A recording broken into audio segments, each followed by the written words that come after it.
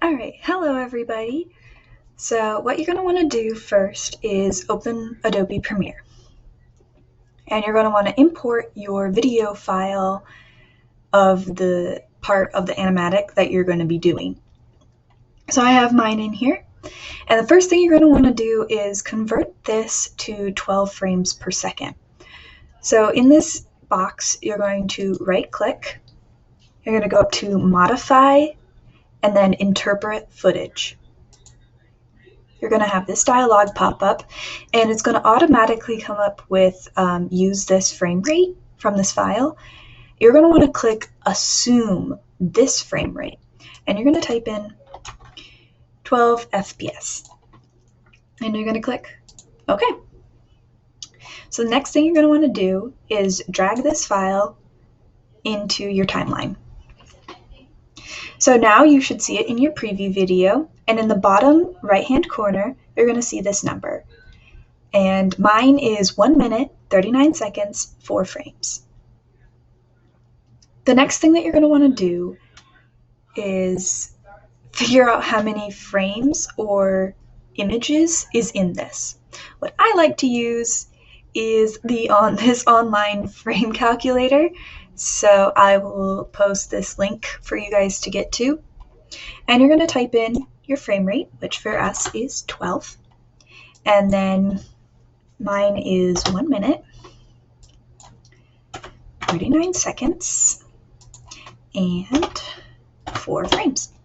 So now in green here, you're going to see how many frames yours is at 12 frames per second. So mine is a 4-digit number. Now this is what's key, is that it's 4 digits. And this is where it's going to get a little complicated. You're going to go to Premiere again. This is not Premiere. This is Premiere. And you're going to go up to File, Export, Media. And you're going to want to change the file format to either JPEG or PNG. I recommend that you go with JPEG because this is a smaller file format.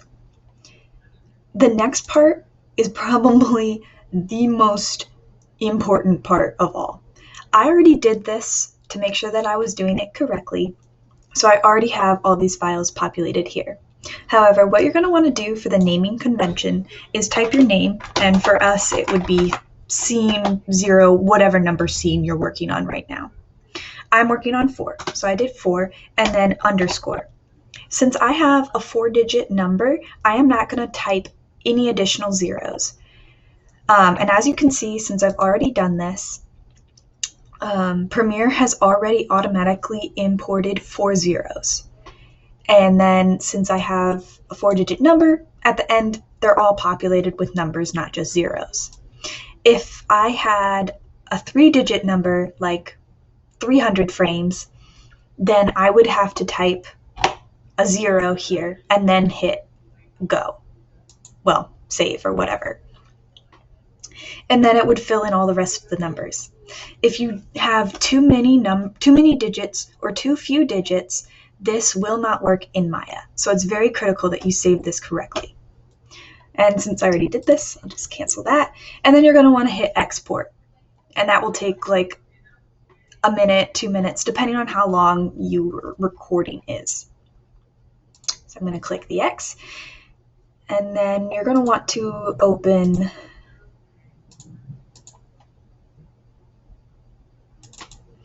Maya. And what you're going to want to do is you're going to go to this little gear man.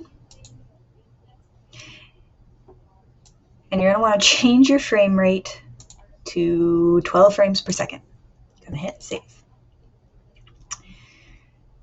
Then you're going to go to Create, Camera, Regular Camera. And then you're going to go to your Attribute Editor, and you're going to scroll down, and you're going to click Environment, Create.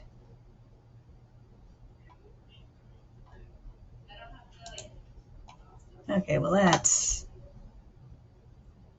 Oh, there it is. Okay, I was like, where is it? I was going to say, you should see a box. Oops. a box show up here in front of your camera, and you're going to click on this Manila folder, and then you're going to go to wherever you saved your images from the Premiere. Saved mine in a folder and called ref. You're going to click on the first image and you're going to click open, and it should populate that empty space. And then you're going to go down here and you're going to click use image sequence. One more thing that I forgot to say is when you change the frame rate, it automatically starts you at a half frame. So what you're going to want to do is you're going to want to change this to a whole number, and then make sure you click so that you start on a whole number. You don't want to start anything on a half frame. And now you're going to want to change your length so that it can play your whole recording or whatever you have. And it should, well, if I click this, it should be able, well, yeah, now it should be playing in time, in sync, and it's in your Maya document here. And what you can do now is, if you go to this screen, here you can have your perspective. And what I suggest you do is you take this camera, and move it like really far down there, because you don't need it on your image plane. And then in this panel, go to camera 1, which I would recommend you change the name to ref or reference. And then what you can do is you can actually tear this off. Make this smaller. Oops. There you go. You now have, and then you can click here and you can just work on this area here, and then wherever you move on your frame, it will show up. And you can be like, oh, so this lasts this many frames because it's synced up with your reference. And there you go. That is how you add a working reference to your Maya file.